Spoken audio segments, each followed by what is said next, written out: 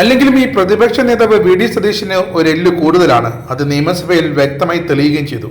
എന്തായാലും തിന്നിട്ട് എല്ലിൻ്റെ അടിയിൽ കയറുന്നൊന്നുമല്ല ഇതിന് അഹങ്കാരമെന്നോ ധാർഷ്ട്യമെന്നോ ഒക്കെ വേണമെങ്കിൽ പറയാം. സ്ത്രീകളോട് എങ്ങനെ പെരുമാറണമെന്ന് ഇതുവരെയും സതീശന് അറിയില്ലേ എന്നൊരു സംശയം.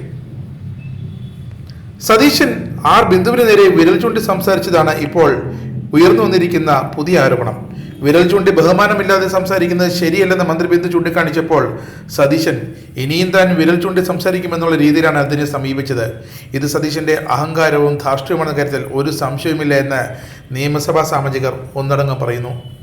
വി ഡി സതീശനും മന്ത്രിമാരായ എം പി രാജേഷും ആർ ബിന്ദുവും തമ്മിൽ നിയമസഭയിൽ കത്തിജ്വലിക്കുന്ന വാക്പോരാണ് ഉണ്ടായത്. പ്രതിപക്ഷ നേതാവ് കുറെ തവണകളായി വസ്തുതാവിരുദ്ധമായ കാര്യങ്ങളാണ് സഭയിൽ തൊടുത്തുവിടുന്നതെന്നാണ് എം പി രാജേഷ് തുറന്നു പറഞ്ഞത്.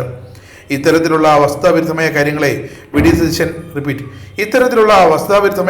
വി ഡി സതീശൻ തിരുത്താനുള്ള മനസ്സുപോലും കാണിക്കുന്നില്ല എന്നത് ദയനീയം തന്നെയാണ്.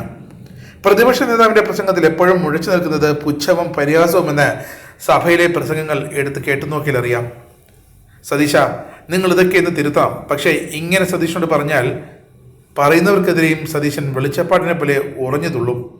എന്തായാലും സതീശന്റെ ഈ വിരൽ ചൂണ്ടിയുള്ള പെരുമാറ്റത്തിൽ പ്രതിഷേധിക്കുന്നുവെന്ന മന്ത്രി ബിന്ദുവും കുറുക്കിക്കൊള്ളുന്ന വിധത്തിൽ തന്നെ ആഞ്ഞടിച്ചു കഴിഞ്ഞു. പ്രതിപക്ഷത്തിന്റെ ഭാഗത്തു നിന്നും ആരോഗ്യകരമായ ചർച്ചയും സമീപനവുമാണ് പ്രതീക്ഷിക്കുന്നതെന്നും എന്നാൽ അത് ഒരിക്കലും ഉണ്ടാകാറില്ലെന്ന് സ്പീക്കറും കമന്റ് ഇട്ടു. രണ്ട് മന്ത്രിമാർക്കെതിരെ എന്തെങ്കിലും മോശമായി പറഞ്ഞതായി ചൂണ്ടിക്കാണിച്ചാൽ താനത് തിരുത്താമെന്ന് വി ഡി സതീശൻ തിരിച്ചു പറഞ്ഞു. പ്രതിപക്ഷ നേതാവിന്റെ പ്രസംഗം തടസ്സപ്പെടുത്തലാണ് 2-3 മന്ത്രിമാരുടെ സ്ഥിരം പരിപാടിയെന്നും ധിക്കാരവും ധാർഷ്ട്യവും പുച്ഛവും ആർക്കാണെന്ന് എല്ലാവർക്കും അറിയാമെന്നുമാണ് സതീശന്റെ നിലപാട്. ശരിക്കും ധിക്കാരം കാണിക്കുന്നവർ തന്നെ കൂടുതൽ ധിക്കാരികളാകുന്നതും അതിദയനീയമായ കാഴ്ചകൾക്കാണ് നിയമസഭ ഇപ്പോൾ സാക്ഷ്യം വഹിച്ചുകൊണ്ടിരിക്കുന്നത്.